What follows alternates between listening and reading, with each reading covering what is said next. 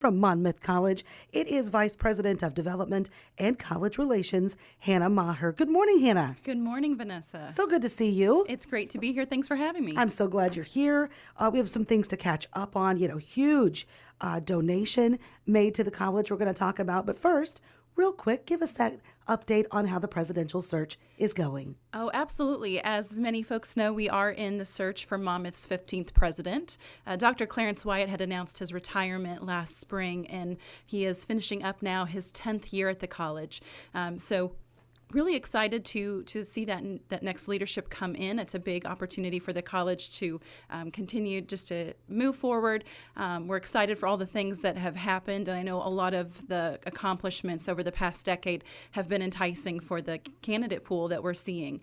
So we are moving forward in that process. We have done our second round of interviews and look forward to sharing more with the campus community and the local community about the candidates moving forward. So we're eager to make that announcement later this spring as the board makes their final selection, and certainly introduce that person to the community and folks all over in the coming year. Okay, great.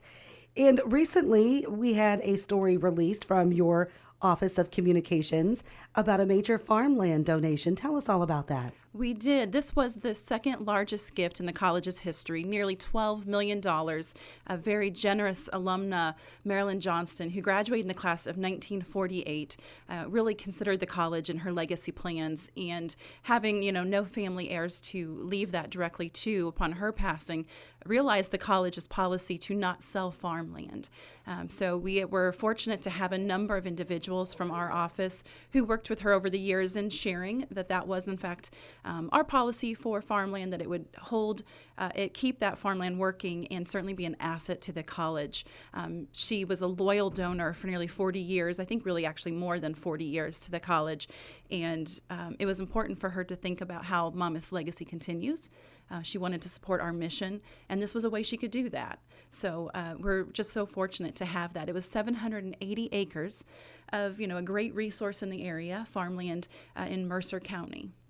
Okay, so now you guys are in the business of being stewards of the land. Mm-hmm. I've been out to the Monmouth College official garden, as well as the chickens, the blueberries, all of that good stuff. And I look forward to going back out there to see that. But this is 780 acres of profitable ground. So what are you guys going to do?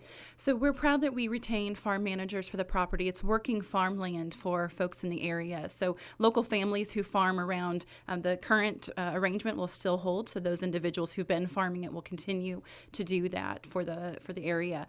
So it's a way for us to continue to allow the farmland, the resource we all have, to be working for the area, but while that asset can help support the institution in our mission. There's a great partnership between the community and the resounding area and the college. And I think we're both stronger because of each other. So this is, again, just one of those ways where that farmland will continue to work, and it will be a great way for those families to have their livelihood supported too. Okay. So outside of the generous legacy that continues, how does that asset benefit Monmouth College monetarily?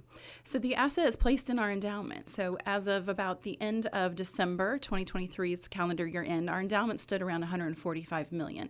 This does not include this gift of farmland at the time, but our endowment supports everything at the college. A good portion of it really supports our student scholarships and financial aid to allow students to afford the Monmouth experience. It supports our academic programs and faculty that we have on campus, study abroad opportunities. We have travel funds within the endowment. It supports even maintenance funds on some of our buildings to keep that campus looking beautiful.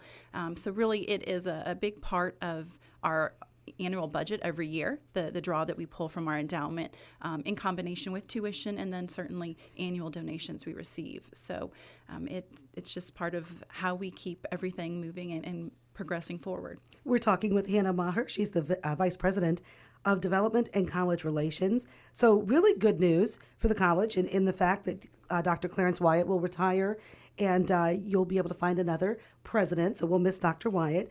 And the second largest gift at $12 million. But there's been so many press releases lately of really good news items. Coming up, I think next week, we'll be attending an event which features more alumni with Jared and Rachel Kunkel and Julie Martin and her husband Adam. So we get to see that about what they've done for the local area, farm-wise or farmland-wise, and new business. Absolutely. You know, our Monmouth Associates program, which what you're talking about, Vanessa, our quarterly kind of town and gown luncheon series is a great opportunity to feature things happening at the college, things happening in the community, and then certainly where those partnerships might lie. So this is, as you mentioned, a great way to pull in local folks and certainly alums of the area of the college to share a bit more about what they're doing. So we do that over a lunch opportunity. As we're still in the process of renovating our Stockdale Student Center, we've been really fortunate to leverage Mex on Main here in town and actually bring that lunch right to the downtown area. So you can find us next Thursday there at the noon hour, Mex on Main, for that Monmouth Associates program. Yep, you can RSVP. Tickets are $17, I do believe, and Mex on Main, owned by another alumni with Tiffany Cole. Absolutely. Okay, one big happy family in this community, huh? We certainly try to be. We're just very fortunate, like I said, of the partnerships and the collaboration that we have with local alums, local community members, business owners. It's truly a blessing. And also, let's mention the fact that you've announced a new major and minor in marketing. So that makes people like us happy here at the station and Clear Profits. Well, certainly. And, you know, that certainly helps the things we're doing in our world and development and admissions as well. You know, we have a fantastic and strong history business program, and that has been the case for decades, certainly to the dedicated faculty we have there, but the alums that have also decided to kind of serve their institution, come back and share places where students can have internships, job placements after the fact. So adding a marketing major and minor was really kind of a no-brainer. It's a area students are interested in. It's a strong program for us already, and we have a lot of the things and resources in place to be able to make those adjustments and additions and deliver that. So we're real excited to start promoting this to students and begin delivering it. Okay. Is there anything else that you want people to be aware of happening at Monmouth College? You know, we're always still having events and trying to connect with folks across the country and locally, too. And I'll just put a big plug in for our annual Scott's Day of Giving, which is April 18th, the founding day of Monmouth College. This will be our 8th annual day, 18 hours and 53 minutes of live kind of coverage, fundraising efforts, but certainly just engagement. And we really reach out to our student base more, make certain they understand kind of how their education is supported through gifts from others, too. It's not, again, just tuition that helps them, but it allows us to connect with people all across the country. It's kind of one big rally day for Monmouth College. So if you want to get connected to events that are happening, follow the news, see who we're interviewing, or certainly make a gift to the college, April 18th would be a great day to do that. Yeah, that's the day that you guys work like 28 hours in a 24-hour day. Pretty much. I think we manufacture a few extra hours. And then the map goes up so that we can try to get every single state. We work to paint the nation tartan. We're pleased to already have a donor who's committed $50,000 if we can get every state colored. So as new states come on, they unlock a $1,000 gift.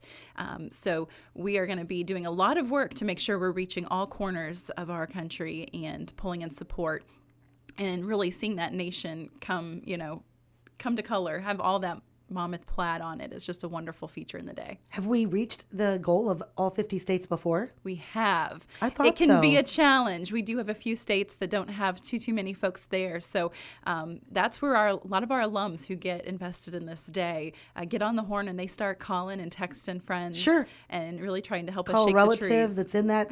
Absolutely. Yeah. What are Absolutely. the states we've got to remind people? I'm guessing Alaska, Idaho, Wyoming, something like that. We certainly have some challenges on a few years for states like Alaska. I do think Idaho has been one of those. Even some of our smaller states in the New England area. I think New Hampshire has been one of those. Oh. I see we might have someone in the studio who might be able to do that. Kaylee's going to call Rhode Island. There we go. So we can get Rhode Island taken care of. That would be fantastic. We will keep you on hook for that.